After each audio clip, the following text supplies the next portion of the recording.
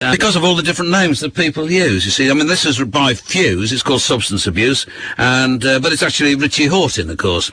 And but the Beatles didn't call themselves, you know, they didn't put out a record and then put out the next one under the name Nobby Clark and then another one by the Bantams or Mouse Theory or something clever like that. They just called themselves the Beatles every time. Why they just didn't have the imagination to call themselves Nobby Clark or Mouse Theory, I simply don't know.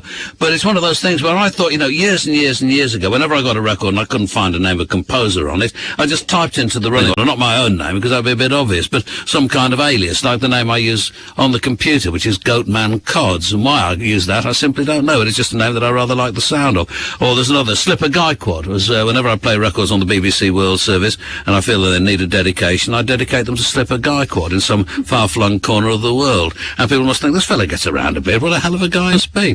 But if I just registered myself with whoever it is you register yourself with as Slipper Guyquad and diverted all of the royalty payments, I'll be rich beyond the dreams of avarice. It'd be fantastic. It's a bit late now, but I wish I thought of it earlier, I must say.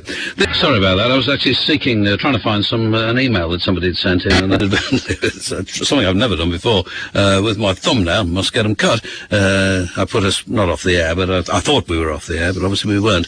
And I apologise to Ready Made, should they be listening in Vancouver, for interfering with their track, which is on Endearing Records and came from an LP called On Point and Red. And I'd had an email from someone saying that I play something fast and rowdy because they wanted something fast and rowdy, but nope, I can't find it at all. How frustrating that is. Because I put it to one side because I thought I will do that later on in the programme. No, it isn't. Oh, well, never mind. Whoever it was, oh, I know what it was. It was that one that was about, that seems a place selling turkeys. That was called. How do I get into these things, really? It's just amazing. So, you don't get this sort of thing on the breakfast show. That's why it's so popular, I suppose. There was an email, wasn't there, about turkeys? There was somebody who was a nurse. Something about turkeys and wanted. There we go. This is it. There we go. This is it. I found it at last. And it's from somebody calling themselves Sherbet, not, I suspect, the name they were given at birth.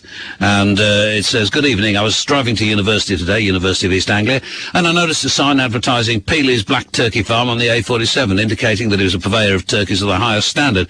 I wondered if this is a profitable enterprise, as we student nurses are always in need of extra income. Loved your programme since I was a young'un, so please play something loud and trashy for all of the moo intake student nurses, MOO, who have extensions on their work and still have no idea what to do." I have no idea what any of that means, really, but Sherbet, you wanted something loud and sort of trashy, so this is, well, I don't know whether it's loud or not. It obviously depends on the volume that you set on your radio. It's from Vivisic. These hat events, and there are 3 of them on this piece of, listed on this piece of paper. There are pre-concert knitting classes at 7 o'clock at each venue, presented by the Sirdar knitting team, whoever they may be. And this is a concept which is new to me, I must say, music and knitting, but I like the sound of it very much indeed. Wednesday the 21st of November, that's tomorrow.